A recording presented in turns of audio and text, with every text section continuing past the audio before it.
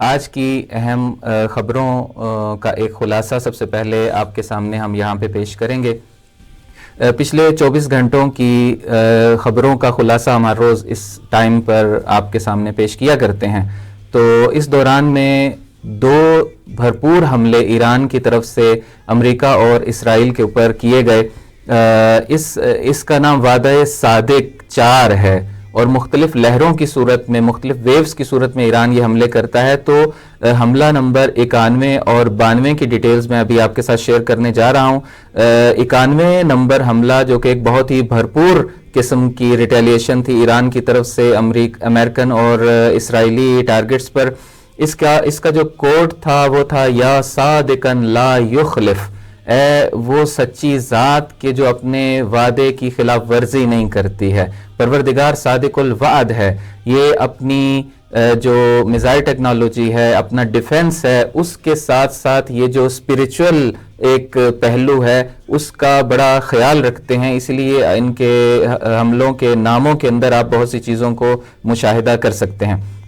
ان حملوں کے اندر Abraham Lincoln career جس کا بڑا چرچا تھا، اس کو 4 قادر 380 کروز میزائلز کے ذریعے سے ایران نے ٹارگٹ کیا ہے انڈین اوشن کے اندر، اور اسی طریقے سے یو اے کے اندر امریکہ کی ایک بیس ہے جہاں پہ اس کے فائٹر انجینئرز اور اسی فائٹر جیٹ انجینئرز موجود تھے، پائلٹس تھے، ان کی خفیہ میٹنگ چل رہی تھی جہاں پر ایران نے ایک بھرپور حملہ کیا، اور اسی طریقے سے کویت کے اندر علی السالم بیس کو اپنے نشانے پر رکھا ایران نے، اور حملہ نمبر 92 کے اندر جس کا کوڈ تھا یا صاحب الزمان ادرکنی، اس کے اندر امریکی ملٹری بیسز کو نشانہ بنایا گیا، راڈارز کو نشانہ بنایا گیا۔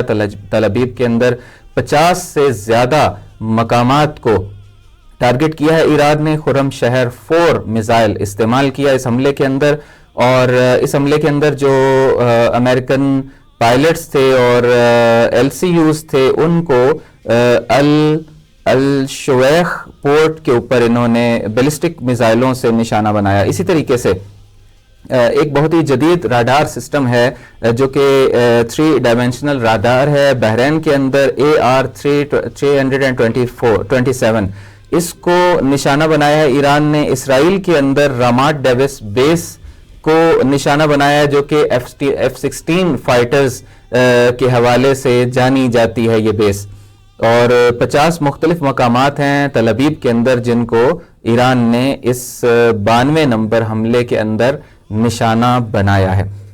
اسی طریقے سے میں آپ کو بتاتا چلوں کہ ایک بہت بڑی شخصیت جو رہبر معظم کے ہمراہ ابتدا میں شہید ہوئی تھیں، چیف آف اسٹاف سید عبد الرحیم موسوی صاحب، تو ابھی ہم اسکرین پہ آپ کو کچھ مناظر دکھائیں گے کہ قم المقدسہ میں کس طریقے سے آج ان کی تشییع جنازہ ہوئی ہے۔ مختلف مقامات پر آپ اپنی اسکرین کے اوپر اس وقت دیکھ سکتے ہیں کہ یہ ایک بہت ہی بڑی شخصیت تھے، چیف آف اسٹاف تھے، اور بہت ہی بھرپور طریقے سے ایران کے اندر مختلف مقامات پر ان کی تشییع جنازہ ہوئی ہے، جن میں سے ایک آج ہی کے قم المقدسہ کے مناظر آپ یہاں پر دیکھ سکتے ہیں۔ نماز جمعہ کے بعد تشییع جنازہ تھی، اور تعداد سے آپ دیکھیے کہ یہ لوگ بالکل بھی خائف نہیں ہیں کسی بھی چیز سے۔ بالکل بالکل، حملوں کا خطرہ بھی ہے، اوپر سے جیٹس بھی گزرتے ہیں، لیکن یہ لوگ کس طریقے سے یہاں پر موجود ہیں تشییع جنازہ کے اندر۔ خبروں کو آگے لے کر چلتے ہیں۔ اوقیانوس ہند کے اندر جیسے میں آپ کو بتا چکا کہ ابراہم لنکن کو نشانہ بنایا گیا ہے۔ اسی طریقے سے اسرائیل کے اندر ایک ایروسول کارخانہ ہے جو ڈرونز بناتا ہے۔ 12 روزہ جنگ کے اندر ایران کو نقصان پہنچانے میں اس کارخانے کا ایک بہت بڑا کردار تھا۔ یہاں سے بنائے ہوئے ڈرونز نے ایران کے اندر بہت ہی نقصان کیا تھا، بہت ہی تباہی پھیلائی تھی۔ آج اس کو نشانہ بنا دیا گیا ہے ایران کی طرف سے۔ اسی طریقے سے یافا، تل ابیب، حیفا، تل نوف، بن گورین اور بیت شمش، قدس، نقب، بئر الصب، ایلات اور رافائل فیکٹری، ان مقامات پر اسرائیل کے اندر ایران نے بھرپور حملے کیے ہیں۔ البتہ یہ ایران کے حملے آپ جیسا کہ جانتے ہیں امریکہ اور اسرائیل کے حملوں کے جواب میں انجام دیے جاتے ہیں۔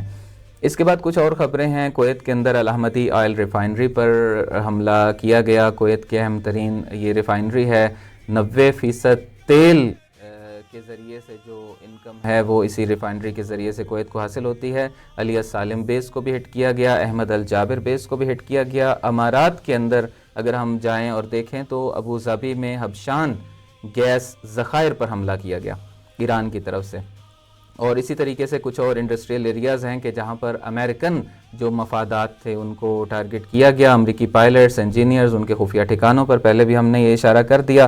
سعودیہ کے اندر الخرج بیس، اردن کے اندر الازرق بیس، اور اسی طریقے سے اب ہم آتے ہیں لبنان کی طرف، تو لبنان پر 50 حملے، لبنان کی طرف سے 50 حملے لبنان کی مزاحمت کی طرف سے اسرائیل پر کیے گئے۔ اور اس کے بعد عراق میں وکٹوریہ بیس کو مسلسل عراقی مزاحمت کی طرف سے حملوں کا نشانہ بنایا جا رہا ہے۔ تو یہ تھا خلاصہ آج کی ان اہم خبروں کا۔